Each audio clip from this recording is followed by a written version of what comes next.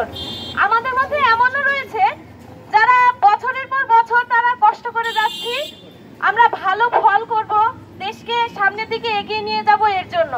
কিন্তু এভাবে যদি প্রশ্ন ফাঁস হতে থাকে প্রতিবার, তাহলে আমাদের মতো যারা মেধাবী আমরা তো কোনোভাবেও দেশের কোনো উপকারে আসতে পারবো না। আমরা এমনও দেখেছি যারা সারা বছর বই নিয়েই বসেনি, এমনকি যাদের বই নেই, কোনো বই তারা কেনেনি, সবসময় তারা এদিক ওদিকে ঘুরে বেরিয়েছে, তারাও এই প্রশ্ন ফাঁসের কারণে তারা কিন্তু টিকে গিয়েছে পরীক্ষায়, কিন্তু আমরা পরীক্ষায় উত্তীর্ণ হতে পারি নাই। তাহলে এমন ভাবে যদি চলতে থাকে আমাদের কিন্তু পড়াশোনার প্রতি যে আগ্রহ